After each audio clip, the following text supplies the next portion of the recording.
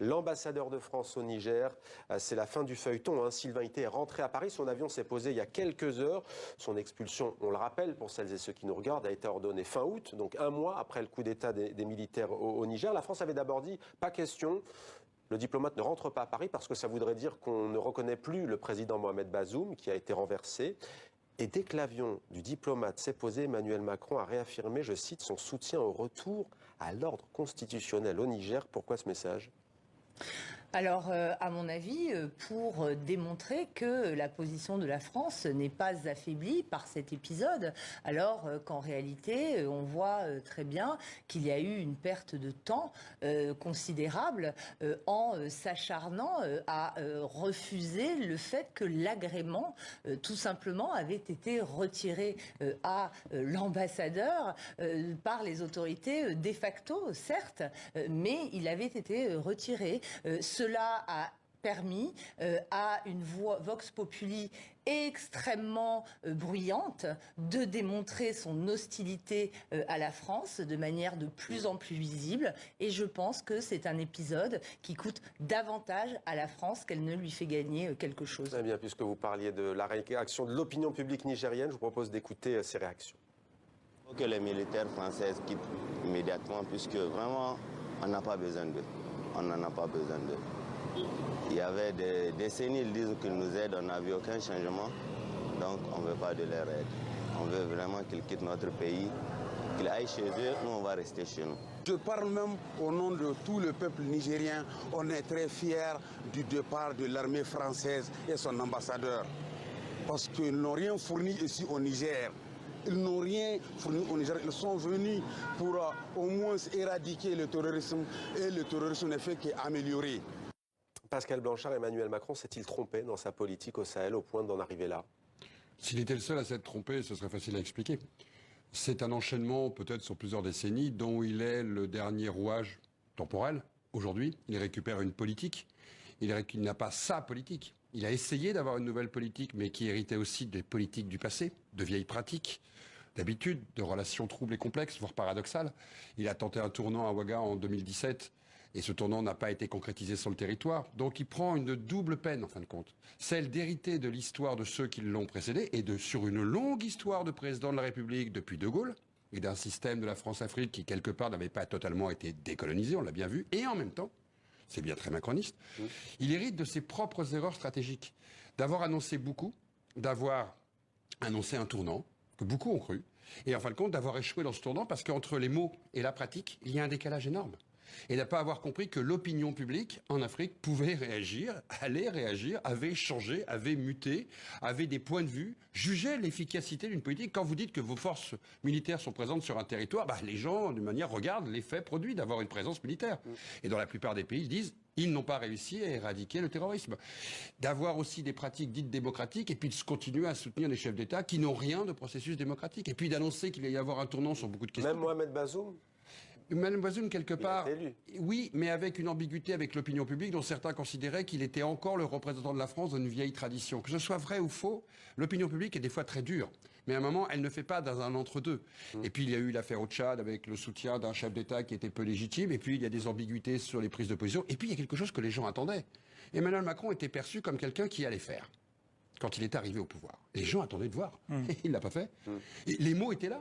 L'intention était là, l'énergie, je dirais, positive était là, avec quelques petites ambiguïtés après le discours de Ouaga de condescendance qui a pu être signalé par certains. Alors justement, parce que vous citez, ça fait 2 fois que vous citez novembre 2017 et le discours à l'amphithéâtre de l'université de Ouagadougou, Ousmane Diaye. Emmanuel Macron, vous dites qu'il avait promis, pas tant que ça, il s'était refusé, je le cite, à donner des leçons et à promettre une nouvelle page entre la France et l'Afrique. Ousmane, pourquoi a-t-il échoué? Comment la France a-t-elle pu en arriver là? Être éjecté manu militari du Mali, du Burkina Faso et du Niger, c'est quand même inédit. Est-ce qu'il n'y a pas un supplément, même si on voit que ça dure depuis des dizaines d'années, ce malaise que ça couvait, mais est-ce qu'Emmanuel Macron n'a pas eu des maladresses dans la manière? Je pense qu'il a bien eu plus que des maladresses. Je suis d'accord avec Pascal. Il y a le bilan de 60 ans d'erreurs, d'incohérences, etc. Après, dans le bilan historique global, il y a le bilan Macron. Un des grands aveux implicites de son échec, c'est quand il est réélu. il rompt avec le discours de Ouaga, Tout à fait. en faisant notre discours depuis l'Élysée, en disant je change de politique. On ne peut pas changer de politique sans faire l'inventaire de l'échec. Il y a des échecs qui n'ont jamais été nommés ni dits. Qu'est-ce qu'il dit qu'il va changer à ce moment-là? Il dit grosso modo, j'ai une nouvelle politique africaine. Et d'ailleurs, même dans ça, parce que l'un des problèmes de la politique, c'est l'ambiguïté. Même dans la rupture, il est ambigu. Il est ambigu parce que à l'Élysée, il dit que j'ai une nouvelle politique africaine, etc. Et le discours de Libreville, il dit cette phrase qui est quand même incroyable. La France n'a plus de politique africaine. Il faut déjà savoir si la France a une ambition, une volonté de politique africaine ou elle l'a pas. Il faut aussi redéfinir les grands axes. Moi, je pense que l'un des échecs aussi, c'est sur les principes. Ce discours-là qui est de dire que le cœur, la légitimité, le sens de la présence militaire, c'est la lutte contre le terrorisme. Ce discours ne tient plus. Il ne tient plus parce qu'il n'y a pas de résultat. Il ne tient plus parce que la présence militaire française précède l'arrivée du terrorisme dans le Sahel. C'est fondamental. On ne peut pas faire porter tout le poids de la présence aujourd'hui sur la question de la lutte antiterroriste. D'autant plus que, vous prenez le cas du Niger exactement. Là aussi, on est victime de l'ambiguïté. C'est pas une force déployée au Niger, qu'on soit bien d'accord. C'est pas une force déployée pour faire face aux djihadistes. Non, c'est plus compliqué que ça. Non, c'est plus compliqué que ça, justement. C'est trop compliqué et ne pas clair. Parce que je pense que la responsabilité d'un État, une intervention, une présence militaire, c'est quelque chose de grave dans un pays. Elle doit être claire et reposer sur des bases claires. Mais qu'est-ce qui se passe au Niger? Comme dans tous les pays africains, il y a la présence post-coloniale héritée des accords de défense.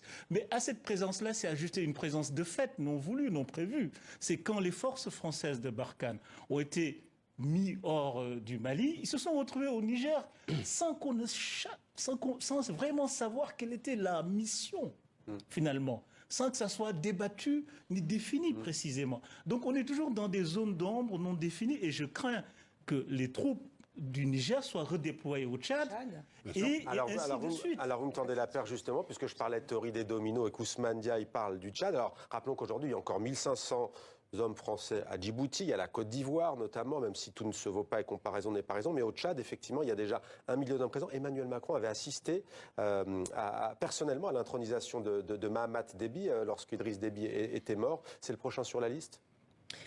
Alors, il y a beaucoup à dire sur cette question du Tchad. Il y a en effet une situation politique qui est compliquée pour les autorités actuelles, à la fois parce qu'elles sont confrontées à des mouvements politico-militaires qui contestent leur légitimité, et également parce qu'elles sont aux prises avec une insurrection djihadiste du côté du lac Tchad.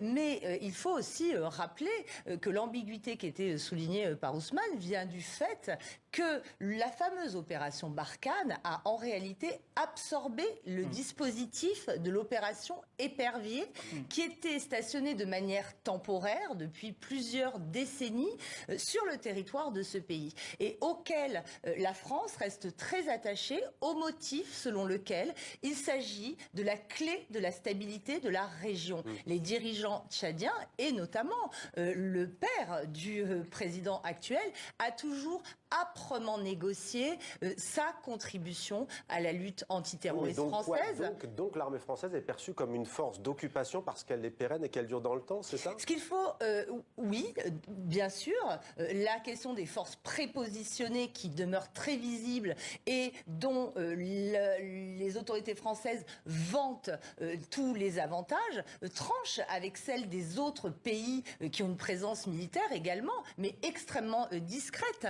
Cette façon d'affirmer de manière aussi péremptoire que la France est en Afrique pour défendre la stabilité, la démocratie, lutter contre le terrorisme, quand en effet on n'a pas véritablement de résultats, c'est quelque chose qui met en péril la crédibilité de la France. Il faut faire attention, la diplomatie se fait souvent dans l'intimité des chancelleries et parfois aussi certains déploiements militaires. On voit très bien le cas des Américains aujourd'hui sont beaucoup mieux acceptés lorsqu'ils se font discrets plutôt que quand ils sont affichés. Pourquoi le Niger n'a pas exigé le départ des troupes américaines? C'est pas la même histoire. Le regard sur les Américains, le regard sur les Français n'est pas le même. Il n'y a pas la même histoire en Afrique. Quand vous interrogez les Nigériens sur leur rapport à la France, c'est pas le même rapport aux États-Unis. Donc, par définition, la première perception est les différente. Nigériens ont une culture générale. Ils savent très bien que les Américains ont souvent été assez interventionnistes. mais ils ont envahi des pays, ils ont provoqué des guerres. Ils sont conscientisés sur la question. Ils savent très bien qu'avec les Américains, il peut y avoir un risque, mais que les Américains ont pu soit être des libérateurs, soit des zones d'occupation. Ils sont donc lucides. Les Français, c'est ambigu. Ouais. On vient de le dire. C'est ambigu. Ça fait 60 ans qu'il y a des accords militaires. Et pas pragmatique. C'est pas un problème de pragmatisme. C'est que s'il n'y avait que l'histoire militaire, ce serait facile à comprendre. Vous imaginez bien que dans cette histoire se superposent plein de choses. Dans le même temps, vous avez le débat sur l'histoire migratoire en France. Dans le même temps, vous avez une histoire mal assumée avec un passé colonial.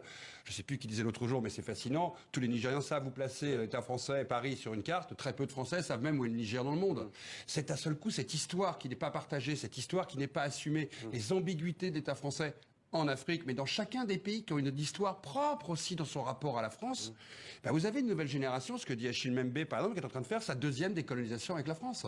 Puisque la France ne l'a pas faite, et on l'attendait, elles le font. D'ailleurs, si vous regardez bien, les critiques qui portent sur la France ne portent pas sur les autres pays. Mais est-ce que ça veut dire que les autres pays sont immaculés, parfaits? Pas du tout. Ouais. Mais sur beaucoup de questions qui déclenchent dans l'opinion publique une discussion le soir, quand vous parlez chaudement, on dit oui, mais les Allemands ont quand même fait ça. Oui, mais les Anglais ne sont pas intervenus en Afrique, sauf une intervention en 3 ans. Les Français ont perdu des dizaines de soldats depuis le début de oui, mais entre-temps, les Français qui nous regardent doivent se dire quel remerciement. Mais en même temps, les Français ont aussi l'histoire du Rwanda derrière eux. On voit bien que c'est pas aussi simple à comprendre. Tout ça vous fabrique un récit. Ouais, Ousmane Diaye. Non, et puis, pour parler de la présence américaine comparée à la présence nigérienne, en fait, ce n'est pas les mêmes formes de présence. C'est-à-dire, il y a une continuité, qu'on le veuille ou non, dans la présence militaire française en Afrique. C'est-à-dire, il y a une continuité entre la présence militaire coloniale et la présence militaire post-indépendance. Il n'y a pas eu de rupture, en fait, dans la présence. C'est ça qui est problématique. Non seulement il n'y a pas eu rupture, il faut aussi se dire que dans tous ces pays du Sahel et tous ces pays africains, il y a une tradition d'ingérence politique. C'est-à-dire que la présence militaire a eu par le passé des formes d'ingérence politique. Mais quand je dis d'ingérence politique, c'est d'ingérence politique intérieure. Concrètement, on fait quoi? Parce que maintenant, même la CEDEAO, donc l'armée française part, et maintenant, les mêmes qui réclamaient le départ des Français disent que la CEDEAO, les pays de la CEDEAO, sont des suppôts de la France. Donc en fait, on fait quoi? On installe les pouvoirs militaires il y a la rhétorique du discours et la réalité du terrain. Je pense qu'entre les radicaux qui disent ça, l'espace, et les autres, il y a quand même un fossé. C'est-à-dire qu'il ne faut pas faire l'erreur de cliver le débat. Parce que dans les discours sur la présence militaire, que ce soit le Mali, que ce soit le Niger, ils disent pas, c'était pas une volonté de rupture tout de suite et immédiate. Ils disent, on veut diversifier les partenariats. Il faut jamais oublier. Ce qu'avait dit Emmanuel Macron au sommet de Pau, d'ailleurs, du G5 Sahel, il avait dit, il faut européaniser, entre guillemets, la question du Sahel, ce qu'il n'a pas fait. Non, mais africaniser devrait dire. Il a fait. Il devrait dire africaniser. Pour moi, déjà, c'est une erreur qu'on passe du mouvement. Quand on a voulu se desserrer de la présence française, on passe par une européanisation. Ça veut dire quoi? Ça veut dire qu'à un moment donné, où est la place des acteurs africains dans la stratégie de la lutte antiterroriste? Il faut dire, les premières victimes, c'est des Africains, quoi qu'on puisse dire. Donc je pense qu'un des échecs aussi, c'est cette façon de penser la lutte antiterroriste par la France, qui est de dire que la lutte antiterroriste est du domaine, enfin d'assumer ça. Moi, je pense qu'il convient quand même de repréciser une chose, c'est du ressort des États sahéliens. Mais d'accord, mais encore faudrait-il, pardonnez-moi, mais qu'il y ait des États dignes de ce nom, capables d'assurer. On le voit au Burkina Faso et ailleurs, il n'y a pas d'État, il n'y a pas une colonne vertébrale pour faire face à des groupes djihadistes de plus en plus puissants. Si je puis me permettre, il est important de dire que la stratégie française est affirmée très clairement dans tous les documents. Elle reposait sur 3 piliers. Le soutien direct aux armées nationales sahéliennes dans leur combat contre le terrorisme. D'autre part, la sahélisation, d'où la mise en place du G5 Sahel, contre la CEDEAO en réalité, et enfin l'européanisation. Et on s'aperçoit que la politique française est perdante sur les 3 volets, notamment le volet européen. Pourquoi l'option soutenue par Emmanuel Macron de restauration non négociable du président Bazoum a échoué?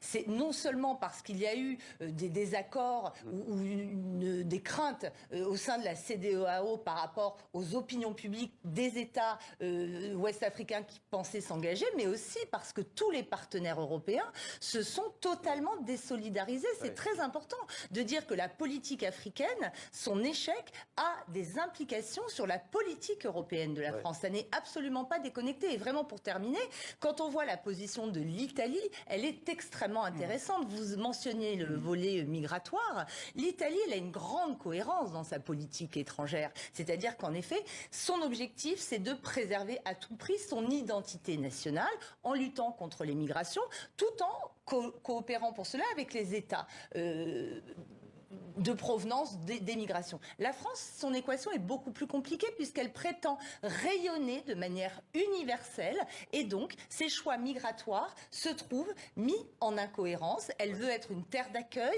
elle veut faire rayonner visa suspendu, on le rappelle. Donc elle n'est pas du tout dans la même position qu'un pays comme l'Italie ou comme le Danemark. Alors est-ce que la France devient toxique sur le continent africain pour ses partenaires? Je vais vous poser la question, je vous demanderai de faire court. Mais d'abord, il y a un acteur dont on n'a pas parlé, ce sont la hiérarchie militaire, notamment française. Le général Bruno Baratz a dit en mai dernier, le modèle que l'on veut promouvoir, 2 points, ne plus être visible sur le temps long. C'est en fait ce que vous nous dites depuis tout à l'heure. Mais c'est trop tard.